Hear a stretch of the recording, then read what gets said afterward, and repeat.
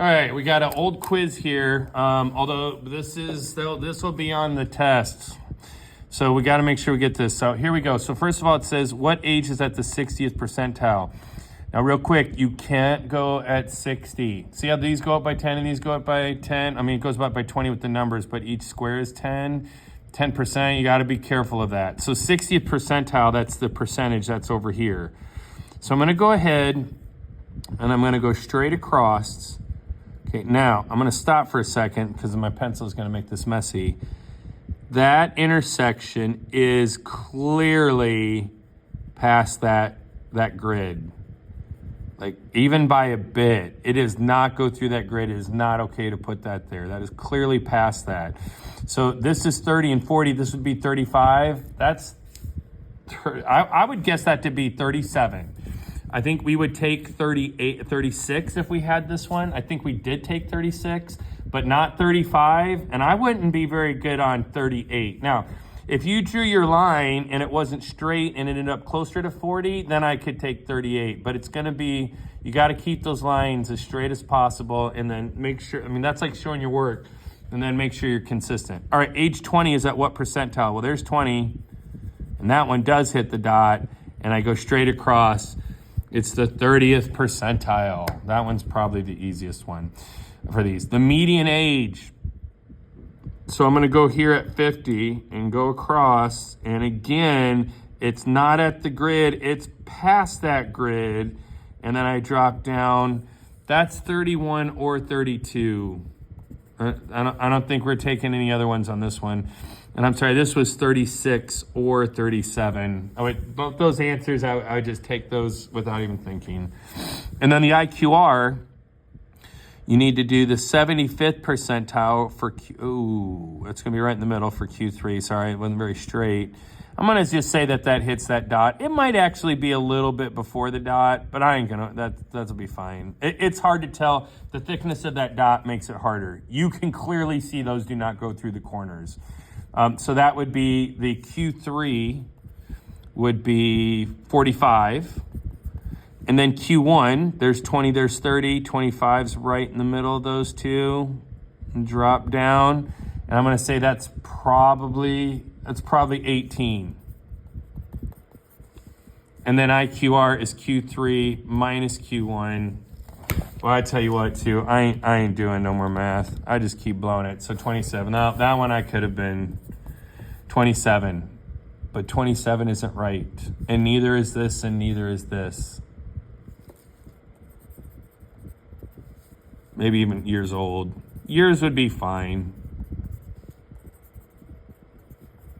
Do not forget your units. Please do not forget your units. We will be grading those very harshly to try to get you to stop doing that. All right.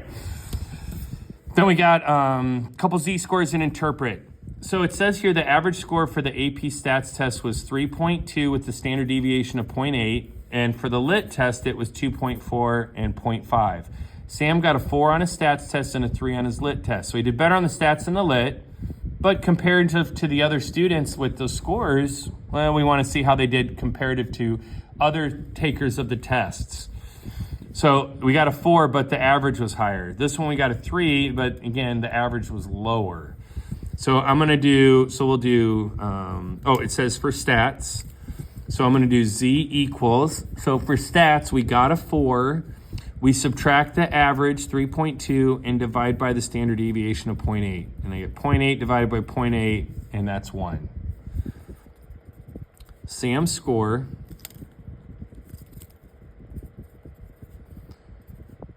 we'll say of a 4 on the AP Stats test is 1 standard deviation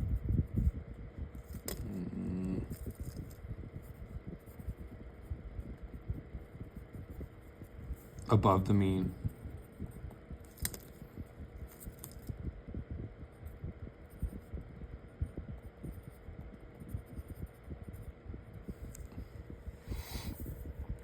Okay, calculate and interpret for the lit. He got a 3, the average was 2.4, and a standard deviation of 0.5. So that's 0.6 divided by 0.5, which is equal to 1.2. So Sam's score of a 3 on the AP Lit test was 1.2 standard deviations above the mean. All right, so there's our interpretations and the calculations, and you will absolutely be doing that on the test. Question 1 on the test, as a matter of fact.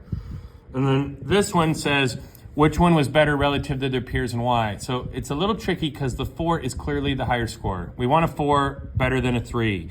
But relative to the peers, this test was more impressive because the average was lower and the standard deviation was smaller.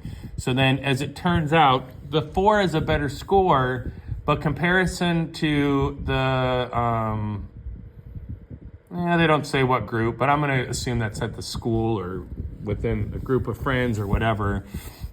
Even though it was a higher score in the stats test, comparative to the peers, the lit score was more impressive. So the AP Lit score, because of the higher Z-score. And that's all you have to say. All right. If this is your last video getting ready for the test, good luck on the test. Please study. Please make sure that you go back and get your units. Wait, didn't I say I forgot units on one? No, I forgot to do the write-up on the one. Anyway, don't forget your units. Don't forget your units, please.